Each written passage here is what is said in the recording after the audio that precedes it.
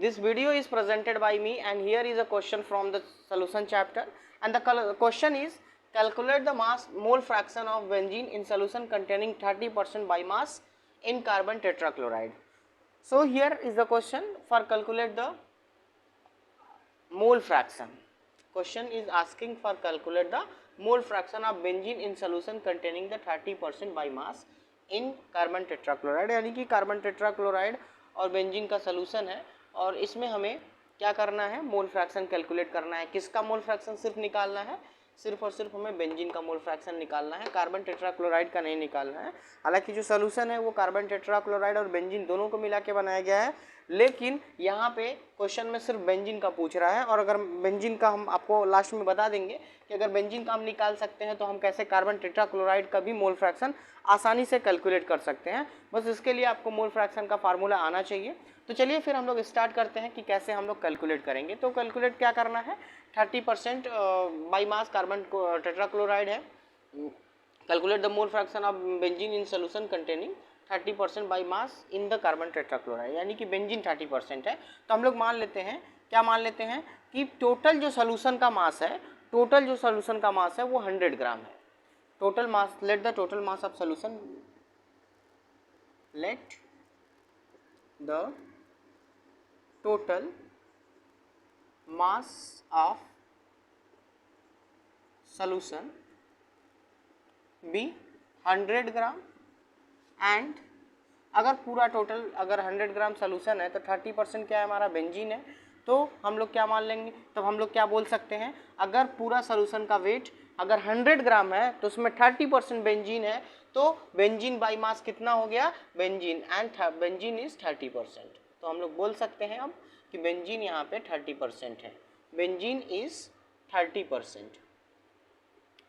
यानी अगर बेंजीन 30% है, I am sorry, benzene is 30 ग्राम. अगर बेंजीन 30 ग्राम है तो कार्बन टेट्राक्लोराइड कितना ग्राम होगा, ओबियसली 100 ग्राम टोटल सोल्यूशन का हमने मास माना है, उसमें 30% यानी कि 30 ग्राम आपका बेंजीन है, तो बाकी बचा हुआ 70 ग्राम क्या होगा, कार्बन टेट्राक्लोराइड. तो यहाँ पे लिख सकते हैं हम लोग mass of carbon tetrachloride, mass of carbon tetrachloride CCl4 directly लिखते हैं.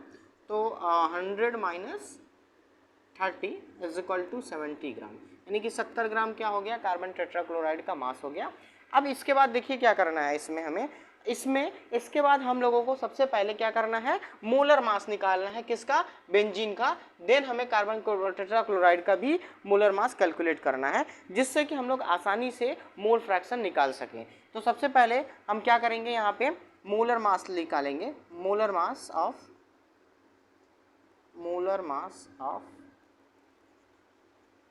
सबसे पहले बेंजीन का निकाल लेते हैं, मोलर मास ऑफ बेंजीन. तो देखिए बेंजीन का मोलर मास कैसे निकालते हैं, बेंजीन का फार्मूला पता ही है क्या होता है, तो हम डायरेक्टली फार्मूला लिखते हैं जिससे कि आसानी हो जाए और स्पेस का भी लफड़ा न रहे. तो C6H6 होता है. कार्बन का जो टोटल मास होता है वो 12 होता है, और टोटल कितने कार्बन है, 6, तो 12 × 6 प्लस हाइड्रोजन का मोलर मास 1 होता है, तो 1 × 6 यानी कितना हो गया, 12 6 72, 12 6 72 प्लस 6 यानी 78 आ गया. टोटल जो मोलर मास होता है कार्बन ये बेंजीन का वो 78 ग्राम होता है. इसके बाद हम लोग क्या करेंगे, मोल फ्रैक्शन निकालेंगे. मोल फ्रैक्शन निकालने के लिए हमें क्या करना होगा, मोल फ्रैक्शन निकालने के लिए हमें सबसे पहले तो मोल भी जानना ज़रूरी है. तो हम लोग यहाँ पे मोल पहले जान लेते हैं कि mole of benzene, mole of benzene. देखिए मोल निकालने के लिए फार्मूला होता है mole is equal to mass upon molar mass. तो मास अपॉन मोलर मास क्या हो जाएगा हमारा, mole of benzene is equal to mass upon molar mass, molar mass.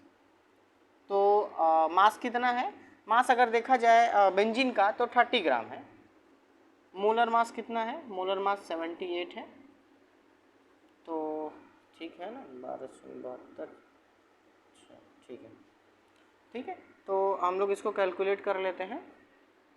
Calculate करने में टाइम लगेगा तो मैं डायरेक्टली आप लोग को बता ही देता हूँ. कैलकुलेटर से कैलकुलेट करके, और 36 नहीं है यहाँ पे 30 है, ठीक है. तो यहाँ पे 30 दिया हुआ है, 30/78, तो हम लोग कैलकुलेट कर लेते हैं गूगल से, तो आ जाएगा हमारा 0.383846 gram mole. Okay, so now let's calculate the, ठीक है, हाँ आंसर सही है। अब हम लोग निकाल लेते हैं किसका मास,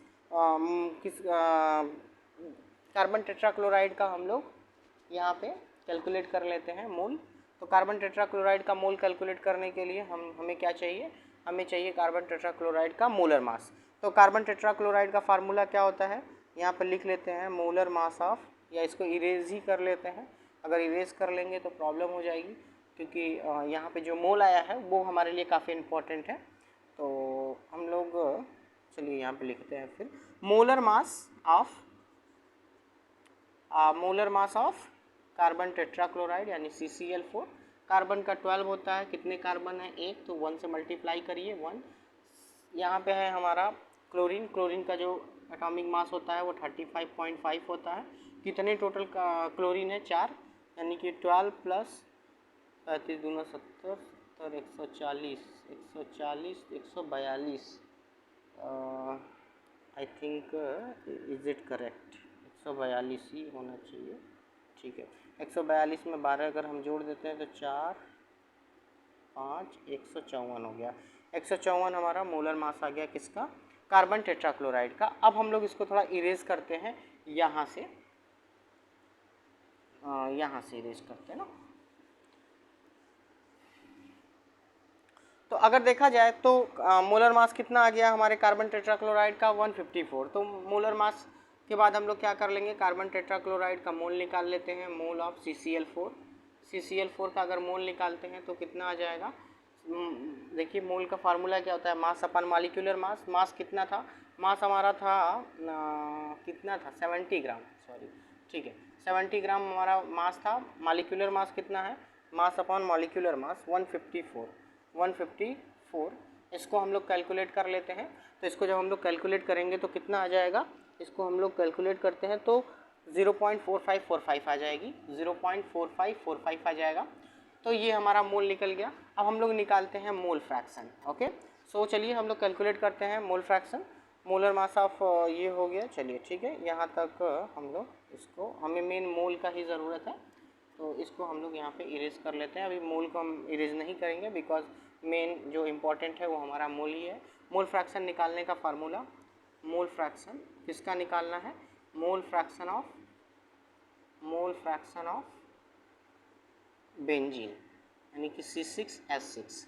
तो मोल फ्रैक्शन निकालने के लिए क्या करते हैं, मोल of benzene upon mole of benzene यानी कि C6H6 अपॉन क्या करेंगे हम लोग, टोटल मोल लिखेंगे। टोटल मोल का मतलब mole of C6H6 plus mole of CCl4, mole of CCl4। Okay, ये हो गया हमारा mole of C6H6 plus mole of CCl4। अब यहाँ पे हम लोग लिख लेते हैं मोल ऑफ C6H6 यानी कि बेंजीन का मोल कितना था, 0.384 upon mole of benzene 0.384 plus 0.4545, इनको हम ऐड कर लेंगे नीचे वालों को। तो ऐड करने पे कितना आएगा, ऐड कर लेते हैं। फाइनली देखिए जब हम कैलकुलेट करेंगे तो हमें मिल जाएगा 0.458 मिल जाएगा। नीचे वाले को ऐड करके ऊपर वाले और नीचे वाले को डिवाइड करेंगे तो हमें आंसर मिलेगा 0.458। अब हम बात कर लेते हैं, हालांकि क्वेश्चन में हमें सिर्फ बेंजीन के मोल फ्रैक्शन को कैलकुलेट करने के लिए बोला गया था, लेकिन हम लोग क्या करते हैं, हम लोग जो है कि कार्बन टेट्राक्लोराइड का भी मोल फ्रैक्शन निकाल लेते हैं। तो मोल fraction of carbon tetrachloride, mole fraction of carbon tetrachloride यानी कि CCl4 निकालने के लिए हम क्या करेंगे, कार्बन टेट्राक्लोराइड के मोल को निकालने के लिए मोल ऑफ कार्बन टेट्राक्लोराइड, तो कार्बन टेट्राक्लोराइड का मोल कितना है 0.4545 upon mole of carbon tetrachloride plus mole of benzene, यानी कि टोटल आपका हो जाएगा 0.4545 प्लस 0.384। इनको हम लोग ऐड कर लेंगे नीचे वाले को और ऊपर वाले के साथ डिवाइड कर देंगे। तो चूँकि हम लोग कर लेते हैं इसको कैलकुलेटर की हेल्प से, क्योंकि टाइम लग जाएगा अगर मैं पूरा कैलकुलेट करूँगा। तो 0.4545 प्लस 0.384 आपका आ गया, नीचे आ जाएगा हमारा 0.8385, ऊपर है हमारा 0.4545। चूँकि देखिए अगर आप देखेंगे तो सेम डिजिट पे हमारा पॉइंट लगा है, तो ये पॉइंट हट जाएगा।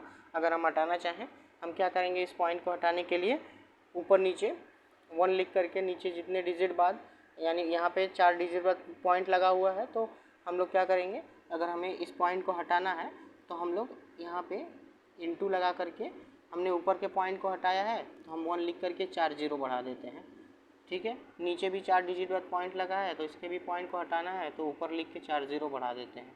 तो चूँकि ये जीरो क्या हो जाएगा, कैंसिल हो जाएगा। तो आंसर कितना आ जाएगा हमारा 4545 डिवाइडेड बाई 8385। तो आंसर मिल जाएगा 0.5420, 0.5420। ये है हमारा answer for this is our answer of the mole fraction of carbon tetrachloride. उम्मीद करते हैं कि आपको मोल फ्रैक्शन निकालना अच्छे से आ गया होगा। तो चलिए एक नए टॉपिक पे एक नए वीडियो के साथ फिर से मिलेंगे। तब तक के लिए नमस्कार।